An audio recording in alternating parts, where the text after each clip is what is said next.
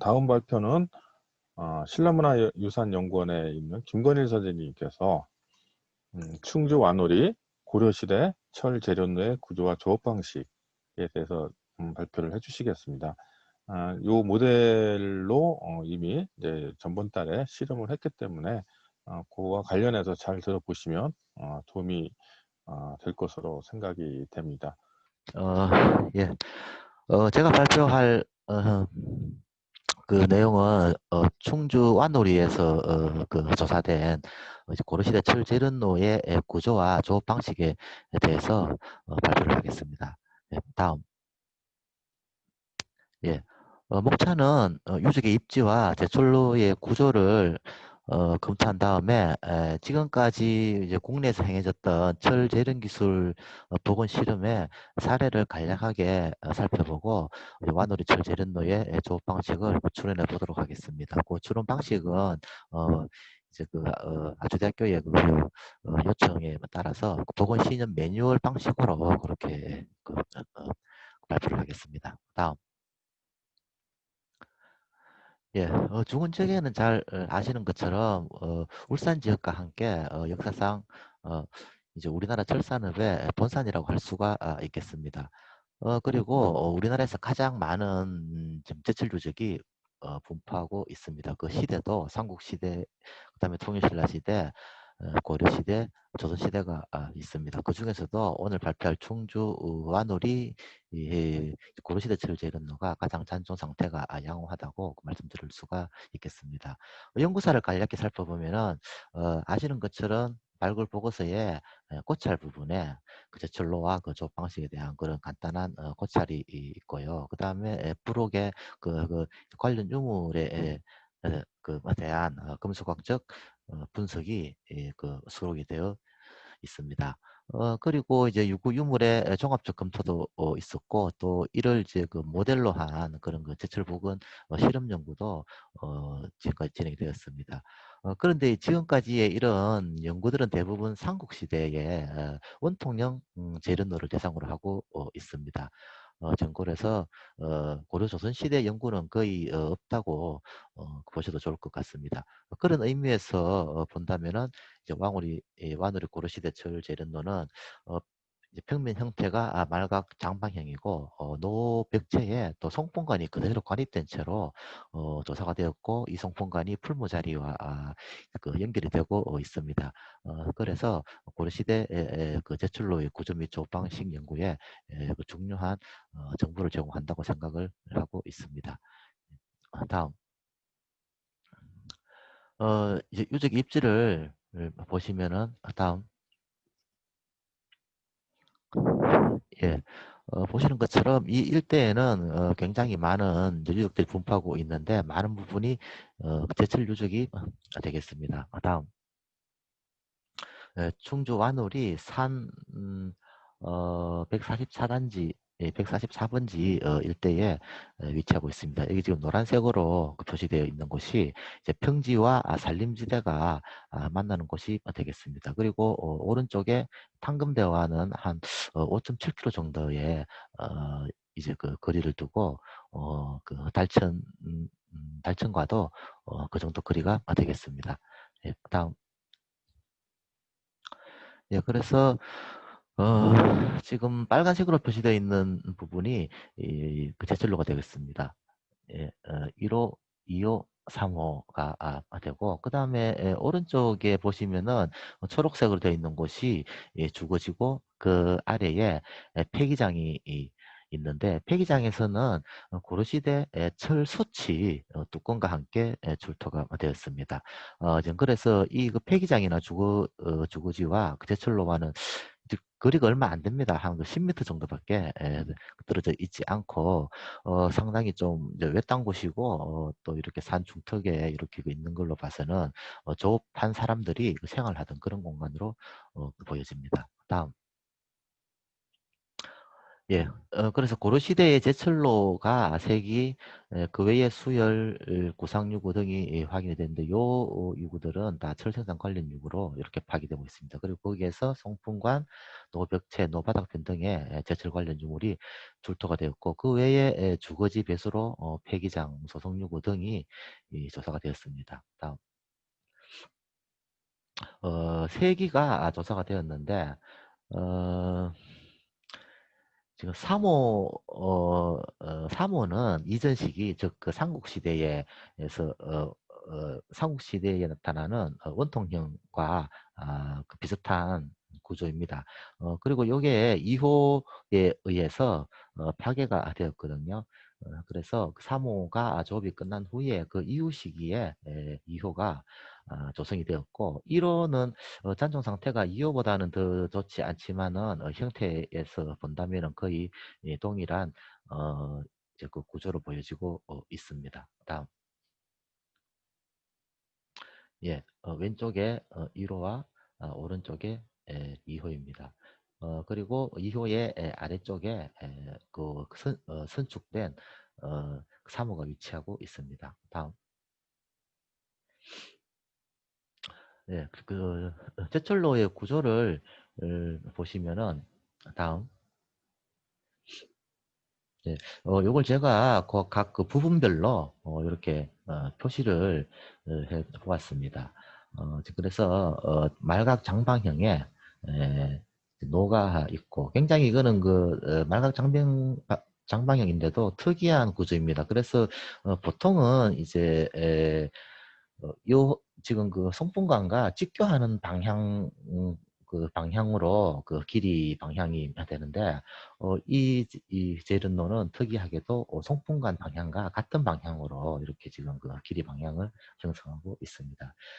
지금 그래서 전체 한 그 3m 정도 되는 공간을 굴착을 하고 노가 들어서는 부분이 가장 깊게 굴착을 하고 또 풀모가 들어설 부분도 일부 굴착을 했습니다. 그리고 풀모에서부터 이제 노까지는 거리로 보아서 그 일자형 송풍관이 세 개가 이렇게 사용된 것으로 보입니다.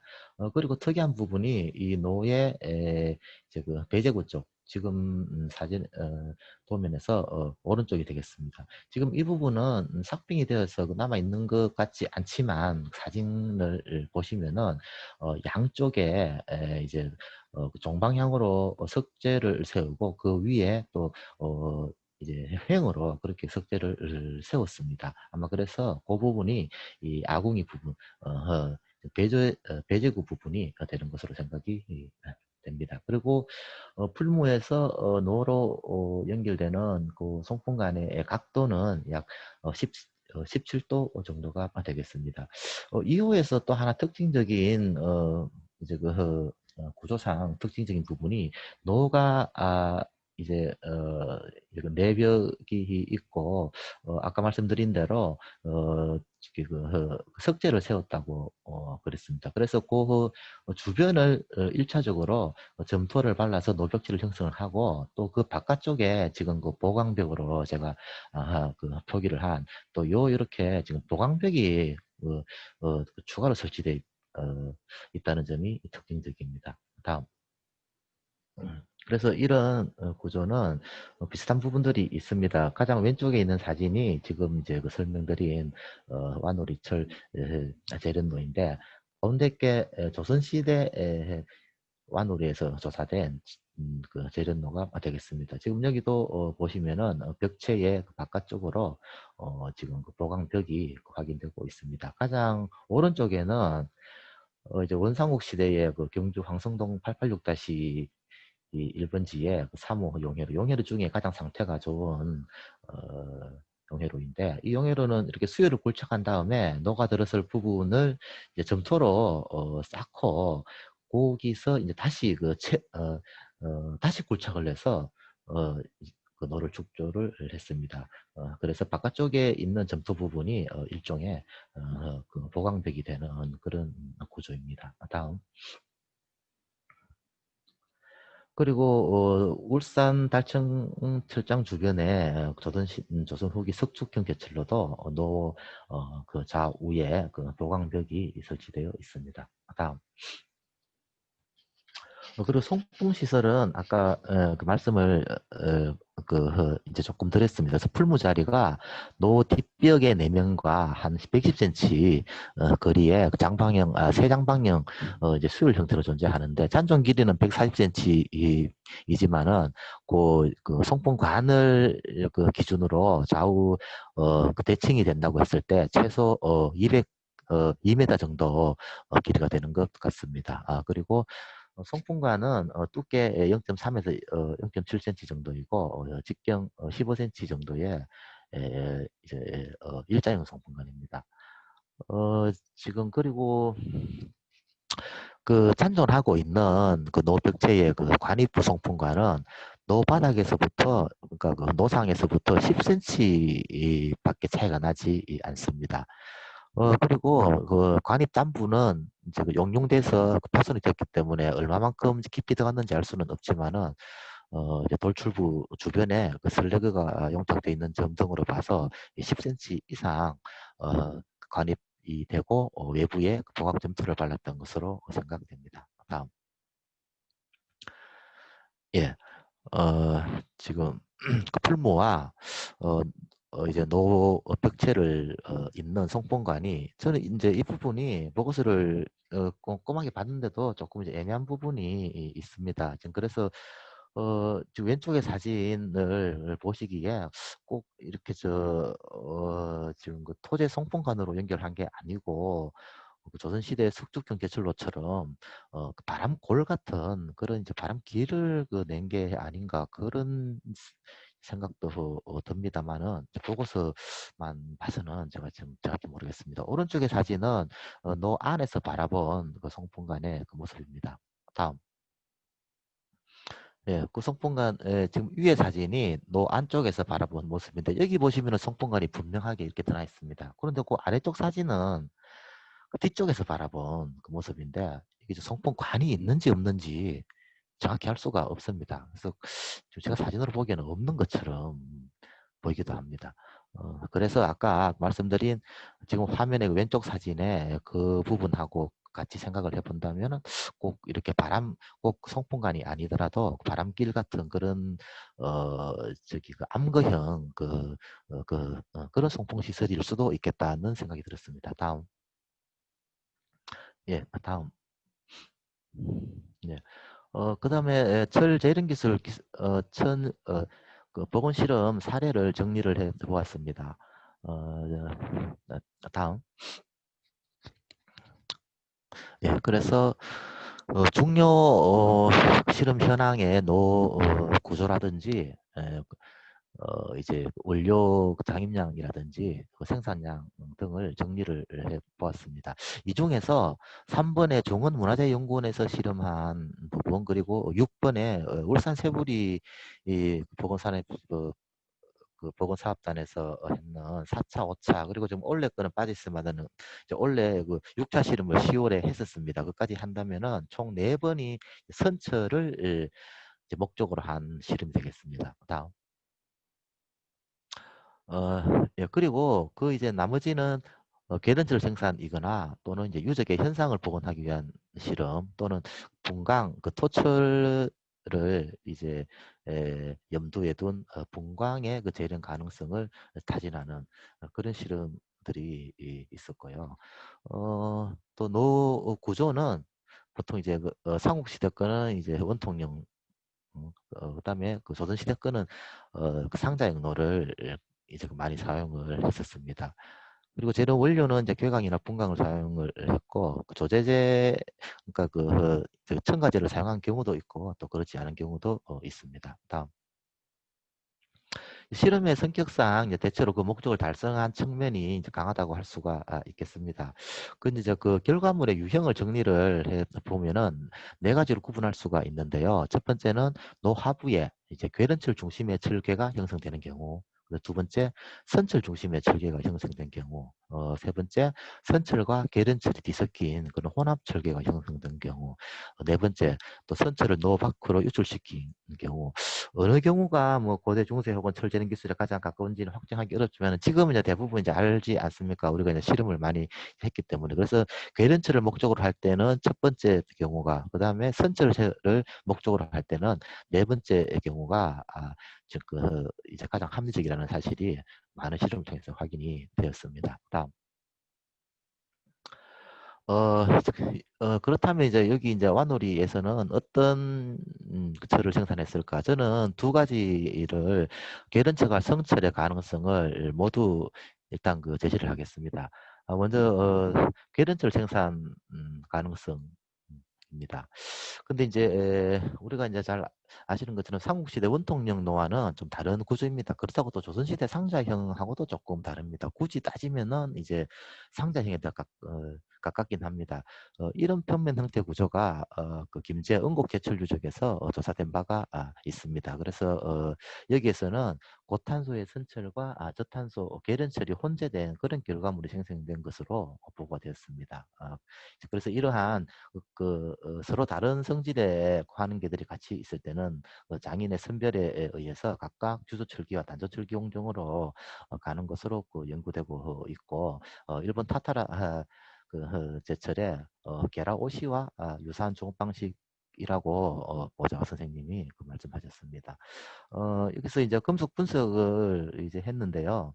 이제 5점의 유철제는 이제 파일라이트와 수지상으로 성장한 비스타이드 조직으로 구성이 되어 있고, 또 중원 지역에서 일반적으로 나타나는 설력으로 이렇게 보고되었습니다. 그래서 단타 가공이 가능한 그런 이제 저탄소의 계련철을 생산해서 단조 철기를 제작하지 않았나, 이렇게 그 분석자는 보고를 하였습니다. 이제 그래서 이 경우는 이제 계련철 생산이 목적이긴 하지만은 순수 계련철만을 생산할 수는 없기 때문에 선철이나 이런 것들이 이제 좀 같이 생성되는 그런 구조의 가능성이 있겠습니다. 다음. 두 번째로 선철 생산 가능성에 대해서 말씀드리겠습니다. 일단 지금 말씀드린 것처럼 계련철을 생산했던 삼국시대 원통령 노화는 전혀 다른 구조입니다. 이런 곧 다른 성질의 철을 생산했을 가능성을 보여주는 것으로 생각이 됩니다. 그래서 노벽제 내면에 이제 고온으로 인해서 회청색으로 고르게 경화가 되거나 이제 유리질화 되었는데요. 그래서 이러한 경우는 용해로나, 그러니까 이제 노 내부에 용선이 형성되는 용해로나 선철 재련로일 경우에 이러한 형태의 이제 그 철제가, 노력 철제가 생성될 가능성이 많은 것으로 보입니다. 그리고 하늘 유적에서는 철계는 출토되지 않았지만은 이제 금속 분석을 했는데 이제 비록 샘 EDS 분석이긴 하지만은 노벽시로 두 군데에서 환원 전립자가 확인이 되었는데 각각 조성이 금속철이 94.2%, 또 탄소가 이제 5.79에서 5.47% 정도로 나왔습니다. 울산 세부리 실험 보건사업단에서 작년 선철 생산 실험을 했을 때 지금 여기서도 두 가지 이제 노벽 시료를 분석을 했는데 아주 이와 유사한 그런 조성을 확인을 하였습니다. 그래서 이런 경우를 봤을 때 비록 이게 노내 환경의 전체적 모습을 보여주는 것은 아니지만 탄소 함량이 상당히 높게 나타나는 것을 보아서 선층이 생산되었을 가능성이 있지 않나, 그렇게 생각을 합니다. 또 아까 말씀드린 대로 이제 가까운 폐기장에서 유출제와 뚜껑이 출토되었는데요.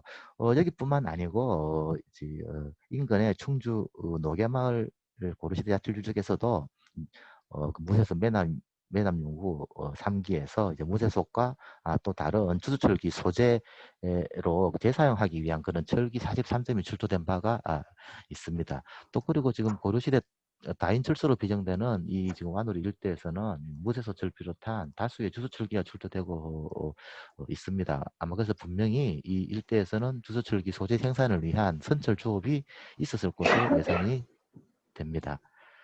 예, 다음.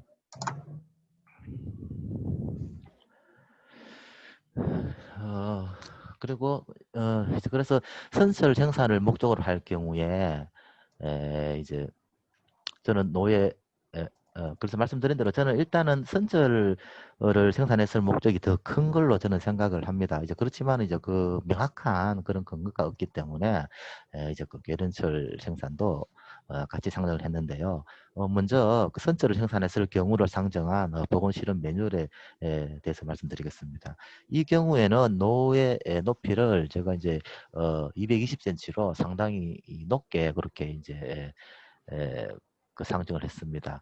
원료는 이제 그 구와 유효노에서 그 철광석이 출토가 되었기 때문에 철광석을 사용한 것으로 볼 수가 있겠습니다. 그리고 금속 분석 결과로 봐서 배수 처리를 이제 한 것으로 그 보입니다. 그리고 이런 뭐 세척이라든지 그런 이제 그 배수라든지 이런 전처리 과정은 그 실험을 많이 이제 그 다들 해 보셨으니까 넘어가도록 하겠습니다. 그리고 이제 설레그에서 산화칼슘이 1에서 3%대로 형성되었는데 그 결과적으로 이제 그 첨가제는 사용하지 않았던 것으로 이렇게 분석자는 추정을 하고 있습니다. 다음.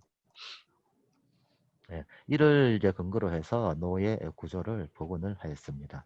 그래서 말씀드린 대로 이제 평면 이제 오른쪽 하단 사진을 보시면은 평면에서 봤을 때 노벽 그 기본 노벽체가 있고 이제 바깥쪽에 이를 보강하는 그런 보강벽을 설정을 했습니다. 그리고 송풍관은 아까 말씀드린 대로 일자형 2개, 3개를 설정을 했습니다. 그리고 이제 앞쪽에 그 배제구 앞쪽으로는 그 출탕구가 네, 출탕구가 있겠습니다. 다음. 예, 그래서 이 이제 다음. 이제 선처를 생산을 한다면은 이제 이제 다른 것들은 대부분 아는 내용들이 많고 이제 시간이 많지 않기 때문에 대체로 중요한 것만 말씀드리겠습니다. 그 주변에서 고려시대 유적에서 조사된 그 수종이 대부분 다 상수리 나무로 이렇게 파악이 되었습니다. 아마 그래서 고려시대까지 일대에는 산림이 좀 풍부했기 때문에 참나무 속에 그 목탄이 사용된 것으로 이제 보입니다. 다음. 그리고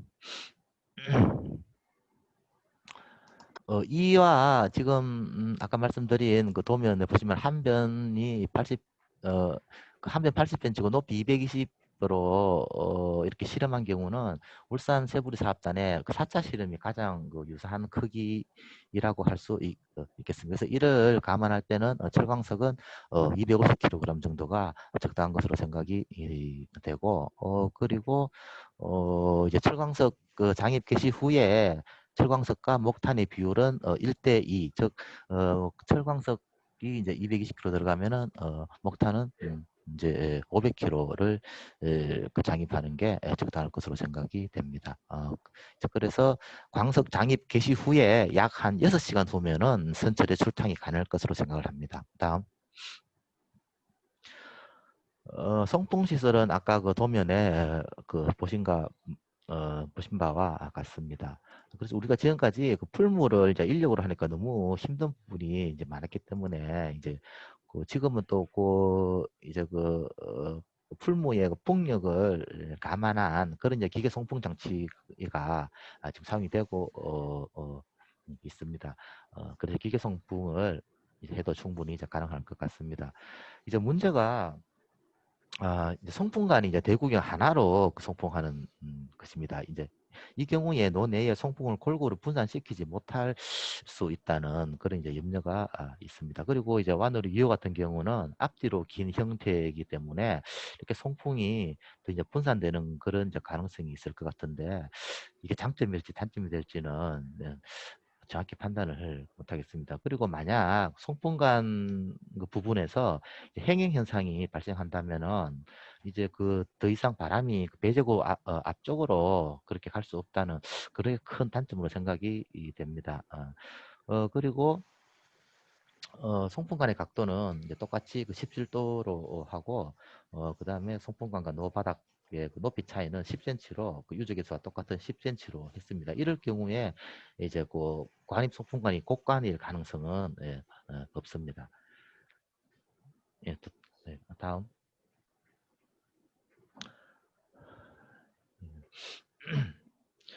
그래서 이제 그 상부에서부터 이렇게 이제 환원이 그 진행이 되다가 송풍관 높이까지 침강하면서 그 이제 환원을 좀 완료를 하고 이후에 좀 그 배제구 쪽으로 밀려나면서 침산이 좀 일어났을 가능성이 있을 것 같습니다. 그리고 온도는 지금 제가 이렇게 선질 생산 사례 1200도에서 1300도 그런 실험 사례를 제시를 했는데 이 경우 이제 대부분 평가가 선체를 생산하기는 했는데 유동성이 부족해서 충분히 유출시키지 못했다는 그런 평가를 지금 받고 있습니다. 그렇지만은 또 이게 꼭 그 온도가 무조건 이제 그 높여야 좋은 거는 또 아니라는 그런 생각도 있습니다. 그리고 송풍관은 이제 마지막 장입한 광석이 선출로 완전히 배출될 때까지 그렇게 그 지속을 해서 이제 생산품을 다 이제 또 그 출탕을 다 시킨 후에는 논내에 거의 아무것도 남아있지 않는 게 제일 좋은 결과라고 생각을 합니다. 다음. 예.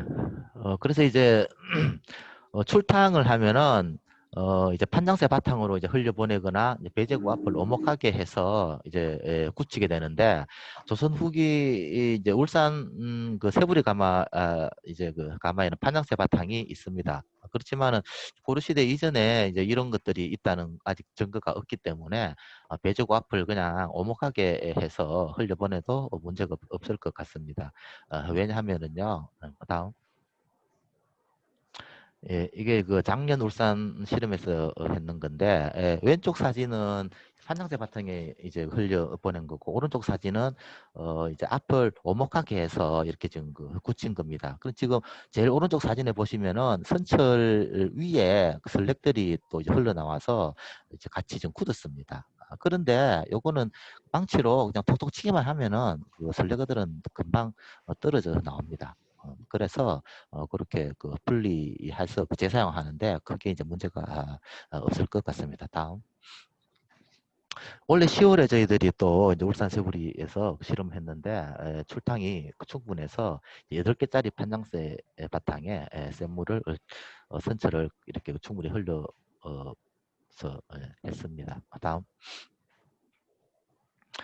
예, 그래서 이제 만약 이런 조직에서 선철에 반복 생산이 가능했다면 원통형에서 이제 형태가 바뀐 이유가 설명이 될 수 있을 것 같습니다. 다음. 그다음에 괴련절 생산을 목적으로 할 경우에 도건 실험 매뉴얼입니다. 짧게 말씀드리겠습니다. 그래서 노의 높이가 선철 재련노처럼 높을 필요가 없기 때문에 150cm로 이렇게 상정을 하였습니다. 그리고 장입량을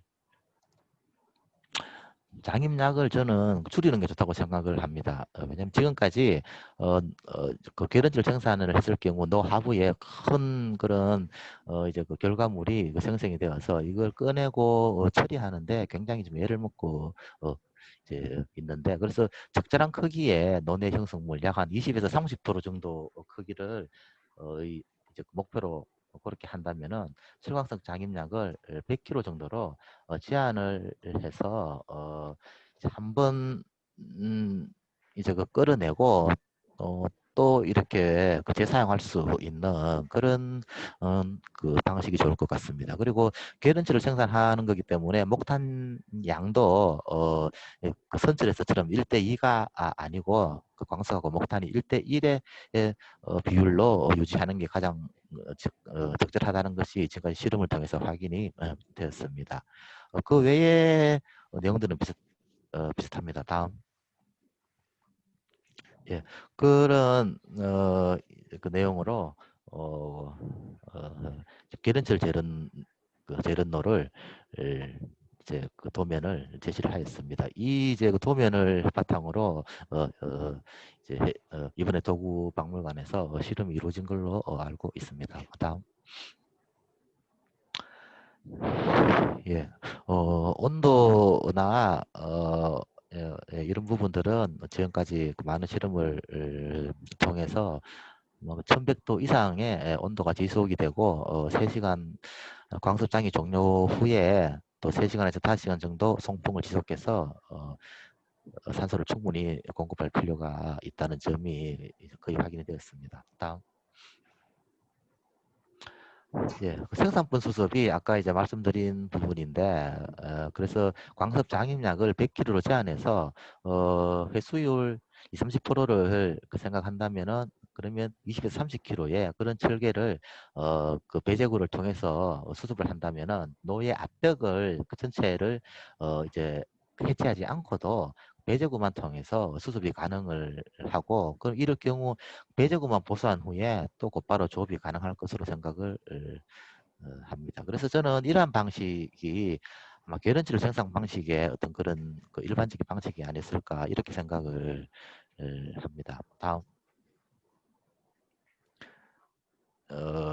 그 인터넷 유튜브에 이제 아프리카에서 지금 전통 방식으로 이렇게 그 계란철을 생산을 해서 바로 그 단조 철기를 만드는 그런 부분을 그 사진을 제시해 보았습니다.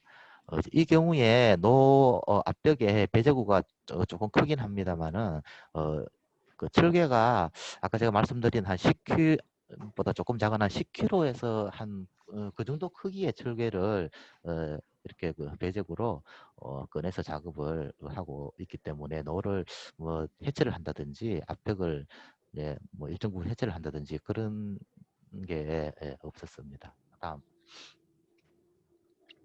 다음. 예, 그래서 실험 기록은 지금까지 그 보고서들이 많이 나왔기 때문에 그 이제 아마 다들 잘 알고 계실 거라 생각을 합니다만, 이제 저는 제출류적 발굴 보고서가 기준이 되고 거기에 이제 추가되는 것들이 훨씬 더 이제 다양한 부분들이 이제 들어가야 된다고 하고, 그다음에 발굴 요구와 비교할 수 있는 것이 그 중요하다고 생각을 합니다. 그래서 어떤 보고서에는 금속 분석을 하는데 이렇게 정성 분석만 하는 경우가 있습니다. 그래서 상당히 그 주관적인 그런 이제 그 내용들이 많이 들어가는 경우가 있는데, 정성 분석과 정량 분석을 반드시 실시를 이제 하고, 그리고 또 그 객관적 자료 확보를 위해서 저는 이렇게 주요 유물에 대해서 좀 관찰 기록표를 작성을 했으면 좋겠습니다. 다음. 예, 그래서 제가 표를 하나 제시를 했습니다. 그래서 요거는 이제 발굴 보고서에도 똑같이 이제 그 적용이 될 수 있다고 생각을 합니다. 그래서 꼭 한 사람이 할 필요는 이제 없을 것 같습니다. 그래서 이제 유물 이제 그 수습자나 이제 그 실험 이제 그 당사자가 이제 기록할 부분들이 있고, 또 이제 분석자가 그 기록할 부분들이 있다고 생각합니다. 그래서 이런 좀 객관적인 자료들로 서로 비교를 했으면 어떨까 생각을 합니다. 다음. 예, 그래서 그걸 선철 생산의 경우, 계란질 생산의 경우 이렇게 그 표로 제시를 하였습니다. 다음. 예, 맺은 말입니다. 그래서 이런 부분들이 지금 와누리 제련도 같은 경우에 지금 계란철과 선철 생산 가능성을 모두 가지고 있기 때문에 이러한 그 실험을 통해서 그 성격을 밝힌다면은 고대 중세철 계련 기술 변천에 중요한 역할을 할 수 있을 것으로 기대를 합니다. 그리고 본 이제 조업 방식 그 가설이 둘 다 좀 그 실험으로 그 이어졌으면 하는 바람입니다. 예, 이상으로 발표를 마치도록 하겠습니다. 감사합니다. 네, 감사합니다. 지금 김관일 선생님께서 이번 그 실험과 관련해서 발표를 해주셨고요. 이러한 그 김건일 선생님의 발표에 대해서 국립중원문화재연구소에 계신 한지선 선생님께서 토론을 진행해 주시도록 하겠습니다. 아마도 발표 중간에 제가 토론했던 내용들이 좀 섞여 있어서 그 부분 저는 좀 이해한 측면도 있고 아직 좀 이해 못한 측면도 있어서 일단은 준비되어 있는 토론문의 내용들을 좀 다시 정리해서 답변을 다시 듣는 방식으로 진행을 하려고 합니다. 먼저 첫 번째는 완우리 2호분 재련로의 성격에 대해서 괴련철 생산과 선철 생산의 가능성을 미리 열어두셨는데요. 그런 한편으로는 내용을 보면서 용해로의 가능성은 없을까. 용해론도 사실은 언급은 하셨거든요. 그래서 오히려 그 조건들, 제시하신 조건들과 그리고 이제 주변에서 나오는 필기장에서 나오는 어떤 가마솥의 그런 내용들을 모두 포함한다면, 좀 용해로 가능성이 없는지 그런 것들에 대해서는 좀 어떻게 검토를 하는 것이 좋은지에 대해서 좀 추가적인 설명을 부탁드리고요. 그리고 송풍관의 위치가 사실 상당히 좀 우려스러웠습니다. 바닥에서 10cm밖에 차이가 나지 않는데 이렇게 되면은 슬래그가 차 올라도 금세 송풍관을 막을 가능성도 없고 그래서 고온이 형성하는데도 그리고 이제 송풍관이 바닥을 워낙 차이가 나다 보니까 배제구 쪽으로는 바람이 안 갈 가능성도 배제할 수가 없어서 이런 것들 철가속 환원에 상당히 유리할 수 있을까 그런 생각 계속 구조적인 부분에서 하게 되거든요. 그런 부분에 대해서도 조금 더 말씀을 해주셨으면 좋겠고요. 그리고 그 3번은 제하고 4번에서 나오는 얘기들을 조금 더 진행해 보고 싶습니다. 혈광석의 장입량과 조업종 생산물 반출 문제인데 저희도 예전에 그 소형로를 제작을 해서 중간에 반출을 할 수 있을까 했거든요. 중간에 반출을 시도를 했었는데 역시 배제구 쪽의 온도가 너무 높아서 웬만큼의 배제구를 얼마만큼 열어야 되는지 그러니까 열었을 때 그 집게라든가 이제 수식이라든가 도구를 가지고 들어갔을 때 철을 유용하게 꺼낼 수가 없는 거예요. 그래서 꺼내자마자 때리기도 해보고 했었지만 사실 그 수습이 만만치 않다는 것만 확인한 채로 일단 붙이고 냉각 후에 꺼내는 것을 염두에 둘 수밖에 없었던 한계가 있었던 실험도 좀 존재했었습니다. 그래서 그것과 관련한 내용도 있고요. 그리고 1번부터 찾아보면 이제 광석은 100kg로 제한해서 생산자에서 20에서 30kg 정도로 작게 해서 배직으로 통해서 수습할 수 있도록 해야 된다라고 했지만 일단 제가 아까 말씀드린 것처럼 그렇게 중도에 꺼낸다는 게 어느 정도 열이 상당히 있는 과정 그리고 그 노 안에 어느 위치에 정확하게 철괴가 뭉쳐져 있는지를 잘 모르는 상태에서 사실 원하지 않았다라는 측면이 좀 있었다라는 말씀을 좀 드리고요.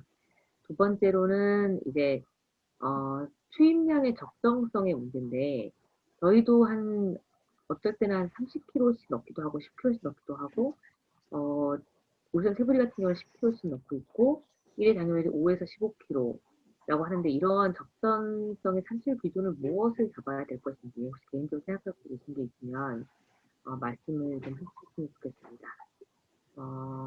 네, 이 정도로 토론을 마칩니다. 네, 김건희 선생님, 그 답변 부탁드리겠습니다. 한지 선생님께서는 계속 실험을 해오고 계시기 때문에 아마 이런 지금 세세한 부분까지 그렇게 지금 지금 그 말씀을 해 주십니다. 일단 그 용해로의 가능성에 대해서는 말씀을 드리면 지금까지 우리나라에서 조사된 용해로는 모두 평면 형태가 원형입니다. 아마 이것은 노 내부에 샘물이 고르게 형성돼야 하기 때문에 전체적으로 온도 균형이 잘 맞아야 하는 이유로 생각을 됩니다. 그래서 만약에 방형이나 말각 장방형 이런 경우 그런 균형을 맞추기가 힘들다고 생각을 합니다. 와놀이 이효노는 평면 형태가 말씀드린 대로 말각 장방형이기 때문에 지금까지 이렇게 생긴 용해로의 사례가 없고 아까 말씀드린 그 김해장흥 응곡 그 재련로나 또 석축형 제철로 또는 일본의 석조 제철로 또 타타라 제철로 등 재련로에서 확인되는 구조라고 생각을 합니다. 그래서 현 상황에서 이렇게 지금 장방형이나 말각 장방형 용해로를 상정하기는 좀 쉽지 않은 것 같습니다. 그리고 두 번째 송풍간을 말씀하셨는데 지금 와놀이 아시는 것처럼 와놀이 2호 송풍간 장착이 지금 국내에서 처음 확인된 사례가 되겠습니다. 그래서 지금까지 실험에서는 대체로 이제 노상에서 15cm에서 한 20cm 정도 위에 이렇게 송풍간 담부가 그 위치 하도록 하였고 송풍 방향은 이제 노상 중앙부나 또는 노상 중앙부와 배제구 사이를 향하도록 이렇게 했습니다. 2018년도 국립중원문화재연구소의 실험에서는 이게 이제 에, 25cm 높이의 송풍관이 이제 오도록 했고 송풍 방향은 노상 중앙부를 향하도록 하였는데요. 그래서 토론자께서 지적하신 바와 같이 와놀이 2호는 잔존한 송풍관 담부가 지금 바닥에서 10cm밖에 이격되어 있지 않기 때문에 너무 진짜 아래쪽에 위치한다는, 그래서 배제구 쪽으로 송풍이 힘들 것이라는 그런 우려가 제일 저도 가장 그 문제라고 생각을 했었습니다. 이제 다만 이제 손풍간의 관이 각도가 약 17도로 이제 말씀드렸는데 우리가 제름 보건 실험했을 때 35도나 그 45도 또 용해주도 실험에 이제 제가 제시한 그 도면에서는 45도로 저는 이제 제시를 했는데 여기에 비해서는 이제 경사가 상당히 좀 이제 완만한 편입니다. 석축경 개출로의 그 송풍 그 바람골이 한 20도 정도로 좀 와누라고 비슷한 것 같습니다. 그래서 이렇게 각도를 했을 때 도면상 노상 중앙과 이제 배제구 사이를 이제 향하고 있습니다. 그래서 실험을 통해서 이제 증명이 되어야 하겠지만은 일단은 송풍 방향이 이제 노상과 배제구 사이, 물론 조금 배제구 쪽에 조금 더 이제 가까이 갈 것 같기는 합니다만은 이 점에서 이제 큰 문제가 없는 것으로 저는 생각을 했었습니다. 그리고 지금 마지막에 그 이제 철광석을 투입하는 양하고 관련을 해서, 그래서 제 생각에는 아까 말씀드린 대로 이제 생성되는 철계의 양이 이제 너무 크지 않아야 노의 압력을 훼손하지 않고 바깥으로 빼낼 수 이제 있다고 생각을 했고요. 그래서 이거는 이제 여기에 비례한 기존의 기존 실험의 철 회수율을 감안했을 때 그렇다면 한 이제 100kg 정도로 하는 게 좋지 않겠나, 그렇게 생각을 했고요. 그다음에 투입 양은 이제 한꺼번에 얼마를 투입하는 게 좋을지는 저희도 지금 보통 한 10에서 15kg 정도 이렇게 지금 투입을 하고 있는데 그거는 뭐 특별한 어떤 뭐 적정한 그 기준 같은 거는 떠오르는 거는 없는데, 저희가 실험을 생각을 해보면은 철광석을 장입을 할 때 노에 최대한 이렇게 골고루 이렇게 한 겹 정도, 또 이게 너무 많이 두 겹 세 겹으로 들어가면은 이제 온도가 떨어지는 문제가 있기 때문에 그렇게 해서 이렇게 장입했을 때 보통 한 10kg에서 한 15kg 정도가 적당하지 않나. 일단은 이렇게 생각을 합니다. 예, 이상입니다. 추가적으로 아까 질문 중에 네, 중간에 그러니까 이게 상상이 잘 안 되게 저희가 이제 적은 양을 넣고 그러니까 네, 중간에 꺼내려고 했던 적이 있었어요. 근데 왜냐하면 네, 목선이라든가 그런 것들이 그러니까 차 있는 상태였고 그 안에서 철괴를 일정 부분 중간에 꺼내는 것이 가능한지에 대한 실험을 한 적이 있었는데 네, 그러니까 조국을 완전히 중지시키지 않는 이상은 못한 열이라든가 여러 가지 상황으로, 그리고 철괴가 그 안에 어디에 정확하게 위치해 있는지를 알 수 없는 상황이기 때문에 꺼낸다는 게 쉽지 않아 보였거든요. 네.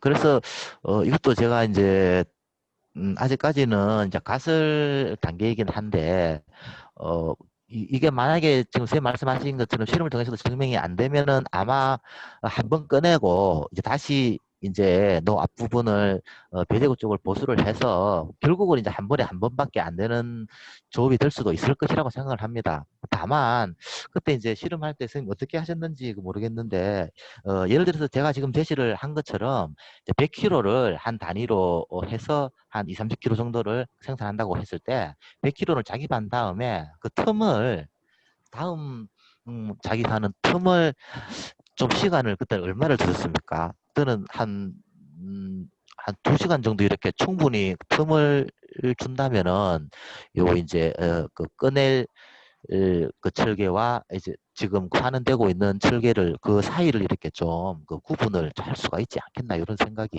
들어서 그렇습니다. 네. 저희는 목탄이 좀 채워져 있는 상태에서 꺼내려고 해요. 그래서 그 제 생각에는 한 아직 좀 뭐 그 깊이는 생각은 안 해봤는데 한 2~3시간 정도 이렇게 틈을 준 다음에 또 장입을 한다면은 혹시 그 가능하지 않겠나 이런 생각을 해봤습니다. 네, 감사합니다. 예, 고맙습니다. 네, 감사합니다. 지금 한지선 선생님과 김건희 선생님 토론이 왔다 갔다 했습니다.